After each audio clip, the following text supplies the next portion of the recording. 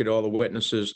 You know, the last jobs report indicated that the state and local governments shed more jobs in 1 month than the entirety of the Great Recession. And projections released by Moody's reveals that in every state in the nation is already or will soon face historic budget shortfalls. And if Congress doesn't act soon to help state and local governments, they're going to have to cut life-saving services, lay off or furlough more teachers, public safety, emergency health personnel. It would be the height of irony that those who we need the most in the midst of a pandemic would ultimately be laid off. So, Dr. Shierholz and Dr. Holtz-Eakin, can you tell us in the last recession, what was the consequences on a drag on the economy by state and municipal layoffs, and what would we be facing again in the absence of any assistance to state and local governments? Go ahead. Go ahead. No, that's fine. I'll go quickly and then turn it over. So what we do have good evidence from the aftermath of the Great Recession. The federal government did not provide enough aid, and simple calculations, and I can forward these to you, show that the state and local austerity in the aftermath of the Great Recession delayed the recovery by over 4 years. And we'll be facing that and more in the aftermath of this recession because budget shortfalls are so much more dramatic right now. So I think in this moment, there are some things that are obvious. One, there's an enormous amount of pandemic-related expense that the state and local governments have incurred, and it's appropriate for the taxpayer to pick that up in whole or in part. It's serving the entire nation. I think it's also clear that there's some structural problems in some state and locality budgets that aren't a result of the pandemic and not really something you should be addressing at the moment. And then there's the really hard question, the subject of this hearing.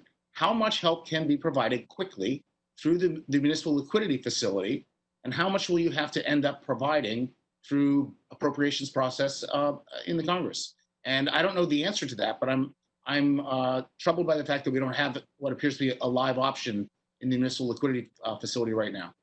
I agree. Mr. Quaadman, well, let me just stay on the subject a minute. What's the impact on businesses and communities if states, cities, and counties had to cut investments in infrastructure, public health, public safety, or raise sales or income taxes to pay for essential services? Senator, thank you for that question. It creates a tremendous negative impact on businesses, particularly small businesses that depend on those essential services.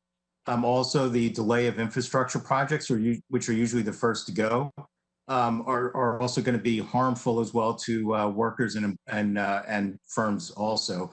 Additionally, as you also allude to, if you were to have a large tax increase in the middle of the recession, as state and local governments would be forced to do, that is about the last thing we need if we were going to try and go on the road to recovery.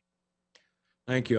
Dr. Holtz-Eakin, in a podcast last week, you suggested, and I think you've talked about a little about that here, the Fed's municipal liquidity facility hasn't been particularly successful so far, possibly because the terms are too tight.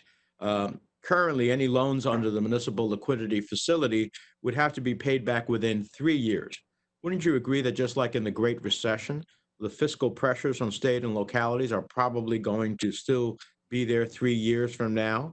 Wouldn't a longer term make more economic sense? Why would you not ultimately offer the states and localities the same type of conditions you're offering the private sector? I think the terms on the Main Street Lending Program and the Municipal Liquidity Facility should have longer terms. I don't see why they're not 10 years. There's a great opportunity here to be helpful, and there is no reason to rush the repayment in any way. And at the end of the day, you'll make money. Maybe not a lot, but you'll make some money. In this moment, I don't think that's the top consideration. I'm afraid they're thinking that way. And so I worry about the terms from that perspective. Do you think that the rates that exist, I'm concerned that the price of credit the Fed is offering to the state and local governments would be, they're offering more expensive loans to some investment grade municipalities than it would to highly indebted private companies through the Main Street Lending Program. Do you think these rates are going to discourage state and local governments from using the facility? Well, I believe that's a concern, and in some cases, if you look at the terms on the municipal or on the Main Street program, they're variable rates. Like that's a kind of uncertainty that we don't need to incur at this point. They could offer fixed rate loans to these individuals, and I think they should. Well, bipartisan legislation I have with Senator Cassidy and others that I think we need to deal with. $500 billion for states and municipalities, divided in ways that ultimately respond to the actual crisis at hand. Thank you very much. I have some other questions I'll submit for the record.